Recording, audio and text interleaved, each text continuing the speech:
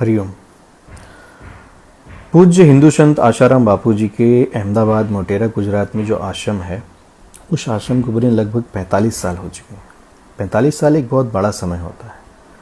अब सोचिए, याद कीजिए, ऐसा कौन सा हिंदूवादी नेता है जो उस व्यासपीठ पे जाके आशीर्वाद ना पाया हो। चाहे स्वर्गीय अटल बिहारी वाजपेयी हो, चाहे लाल कृष्ण आडवाणी जी हो, चाहे मुरली मनोहर जोशी जी हो, चाहे स्वर्गीय अशोक सिंघल जी हो, चाहे मोहन भागवत जी हो, चाहे वर्तमान प्रधानमंत्री मोदी जी हों, चाहे राजनाथ सिंह जी हों, चाहे वसुंधरा राजे हों, चाहे शिवराज सिंह चौहान हों। लिस्ट बड़ी लंबी है, मैं बोलता जाऊंगा, वीडियो लंबा होता चला जाएगा। देखिए, अहमदाबाद मोटेरा में जो आश्रम है, उसकी जो व्यासपीठ है वो मात्र व्यासपीठ नहीं है, एक सिद्धपीठ है हिंदुओं के लिए। ऐसी सिद्धपीठ जिसने करोड़ों लोगों का भला किया है। 1 2 नहीं, 3 नहीं, 4 5 6 करोड़ लोग उस व्यासपीठ से, उस सिद्धपीठ से जुड़े हुए हैं। उनकी श्रद्धा का केंद्र है वो।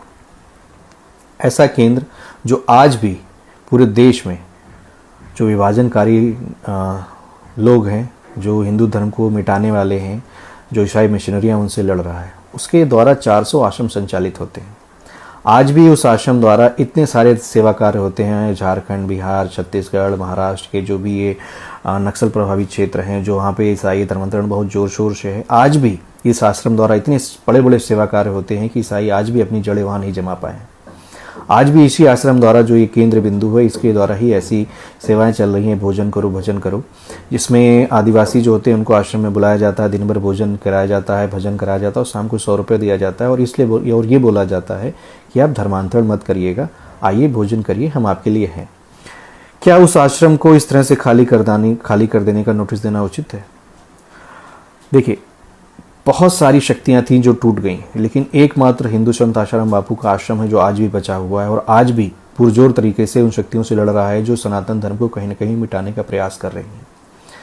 तो ऐसा मुख्य केंद्र बिंदु जो इतनी बड़ी शक्तियों से लड़ रहा है, उसको खाली करने का आदेश देना, तोड़ने का आदेश देना कितना उचित है?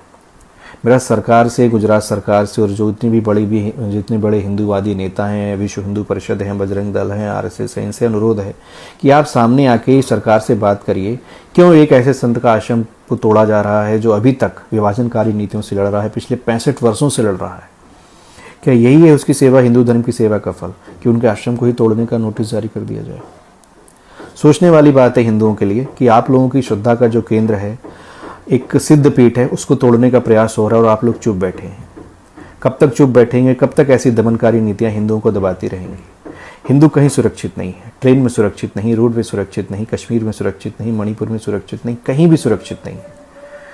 तो आप लोगों से अनुरोध है कि अपनी आवाज़ उठाइए और ऐसे जो आश्रम इतने बड़े श्रद्धा का केंद्र हैं, उनको तोड़ने का प्रयास किया जा रहा है, उसको रोकिए। धन्यवाद।